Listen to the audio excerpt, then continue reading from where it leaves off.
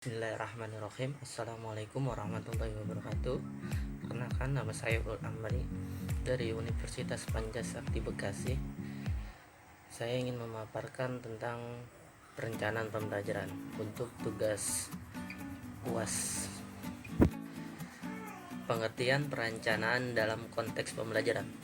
Yang pertama, perencanaan dapat diartikan sebagai proses penyusunan materi pelajaran, penggunaan media, pendekatan, dan metode, serta penilaian dalam suatu alokasi waktunya akan dilaksanakan pada masa tertentu untuk mencapai tujuan yang telah ditentukan. Dalam KBBI, pembelajaran adalah proses cara perbuatan menjadikan orang atau makhluk hidup belajar pusat masih dalam sumber yang sama mengerjakan. Pengajaran adalah proses secara perbuatan mengajar atau mengajarkan.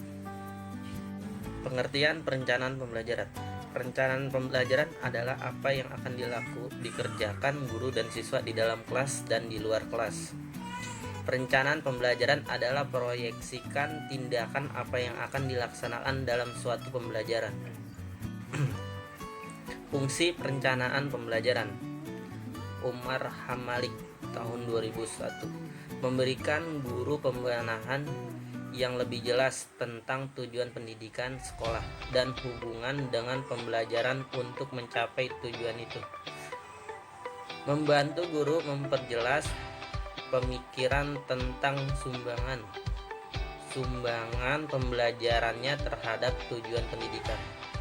Memahami keyakinan guru atas nilai-nilai pembelajaran yang diberikan dan prosedur yang digunakan.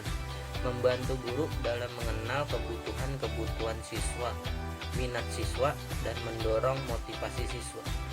Membantu guru memelihara kegairahan mengajar dan senantiasa memberikan bahan-bahan yang update pada siswa.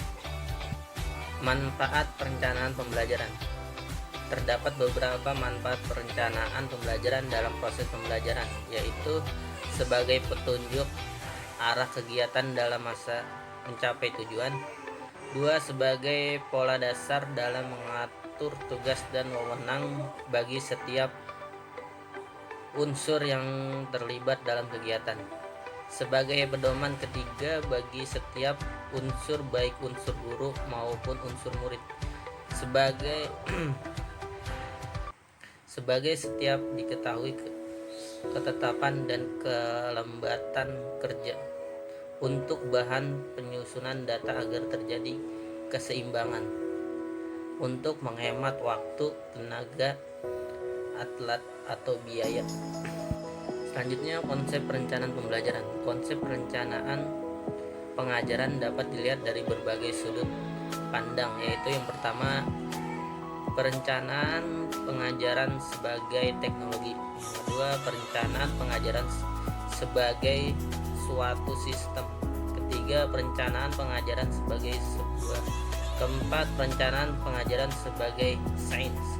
Kelima, perencanaan pengajaran sebagai sebuah proses. Keenam, perencanaan pembelajaran sebagai sebuah realitas. Karakteristik perencanaan pembelajaran.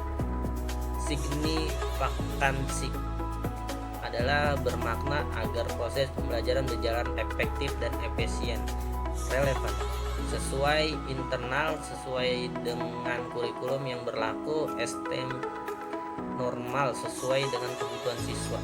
Yang terakhir, kepastian, berisi langkah-langkah pasti yang dapat dilakukan secara sistematis. Karakteristik perencanaan pembelajaran.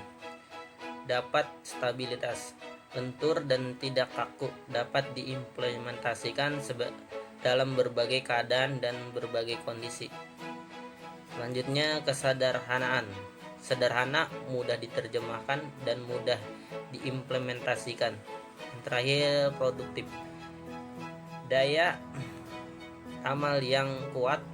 Perencanaan dapat menghubungkan apa yang akan terjadi seandainya.